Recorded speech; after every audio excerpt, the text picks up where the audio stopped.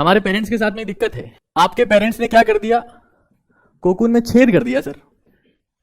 अब वो जो छेद कर दिया ना, तो तितली जो है, मतलब हम लोग, वो जिंदगी भर घसीटते हुए बिताएंगे। सीरीज का हमें फोन चाहिए तो वो ला देंगे, उसे एडवांस ला के देंगे, और फोन चलाते हुए देख लिया आपने तो सूद देंगे। यार कौन सी बात है यार।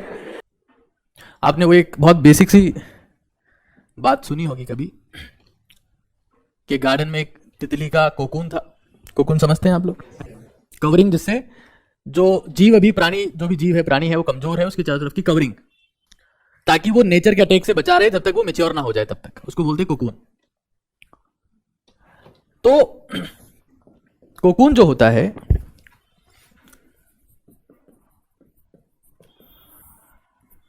उस कोकून से जब तितली बाहर आती है तो उसका एक प्रोसेस होता है। उस तितली को बहुत सारा स्ट्रगल करना पड़ता है, अपने पंखों की पावर से उसको ब्रेक करना पड़ता है कोकून को, और फिर वो बाहर आ पाती है। एक बार हमारे जैसा कोई खिलाड़ी था, वो गार्डन में चला गया, उसने देखा कि तितली कोकून में फंसी हुई है, बाहर ही नहीं आ पा रही है। उसने पेन लेके छेद कर दिया उसमें, मतलब मैं इसको फटाफट बाहर निकालूंगा। वो अपने आप को साइंटिस्ट, डार्विन के आसपास का मान रहा था कि मैं साइंटिस्ट हूं बहुत बड़ा, देखते हैं क्या होता है। तो वो तितली जो है वो उड़ ही नहीं पाती जिंदगी में। अगर आप उसके कोकून के छेद कर दो तो बाहर तो आ जाएगी, उड़ नहीं पाएगी, क्योंकि तितली जब तक उसकी हैचिंग उसको खुद ब्रेक नहीं करती है, तब तक उसकी जो बॉडी है उसका फ्लूइड उसके पंखों में नहीं जाता है। कोकून जो होता है, उससे जब तितली बाहर आती है तो जोर लगाती है खुद का, और जोर लगाने के प्रोसेस में क्या होता है, जो बॉडी में जितने न्यूट्रिएंट्स है, फ्लूइड्स है, वो सब कहां जाता है, उसके पंखों में, और फिर उसके पंख स्ट्रांग होते हैं, तब उसमें उड़ने की काबिलियत आती है। तो उसने छेद कर दिया, तितली बाहर आ गई। अब शरीर तो उसका सूजा हुआ है और पंख बिल्ड ही नहीं हुए, तो क्या होगा, ऐसी तितली अपनी जिंदगी घिसटते हुए बिताएगी। तो ये प्राइवेट कॉलेजेस जो है ना, इसके लिए आपके पेरेंट्स ने क्या कर दिया, कोकून में छेद कर दिया सर। अब वो जो छेद कर दिया ना, तो तितली जो है, मतलब हम लोग, वो जिंदगी भर घसीटते हुए बिताएंगे, क्योंकि हमने हमारा एफर्ट नहीं लगाया। हमारे पेरेंट्स के साथ में दिक्कत है। पेरेंट्स को पता है क्या लगता है कि पेरेंटिंग का मतलब ये होता है। पेरेंटिंग का अगर किसी पेरेंट से मतलब पूछो तो ये बोलते हैं, directly proportional to comfort, inverse to the respect. ये फेक पेरेंटिंग है सर। जो रियल पेरेंटिंग होती है ना, वो इसकी उल्टी होती है। तुम लोग भी कभी पेरेंट्स बनोगे।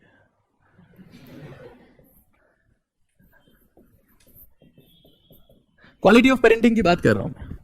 पेरेंट्स को लगता है कि अगर लड़का लड़की बोल रही है कि मोबाइल दे दो तो मोबाइल दे दो, गाड़ी के लिए बोली तो गाड़ी दे दो, और फिर वो जब हमारी एक्सपेक्टेशन के हिसाब से परफॉर्म ना करें तो उनको भला बुरा कहो, सूद दो। हाँ, तो this is not parenting. Parenting का मतलब यह है कि बच्चों को लीस्ट कंफर्ट देना है, बट रेस्पेक्ट पूरी देनी है। इसको पेरेंटिंग बोलते हैं। अब कोकून में छेद हो गया, क्या है, इट्स कंफर्ट, बट मुझे लगता नहीं कि ऐसा इंसान अपनी जिंदगी में कोई रेस्पेक्ट अर्न कर पाएगा। मुझे तो ध्यान भी नहीं कि प्राइवेट कॉलेज से निकल के कोई आज तक महान डॉक्टर बनना हो। They all are average, all are average. तो पेरेंटिंग का मतलब यह है कि रेस्पेक्ट आपको ज्यादा देनी है और कंफर्ट मिनिमाइज करना है, तब वो मैक्सिमाइज होती है। That is the real parenting. अब हमारे पेरेंट्स के साथ उल्टा है।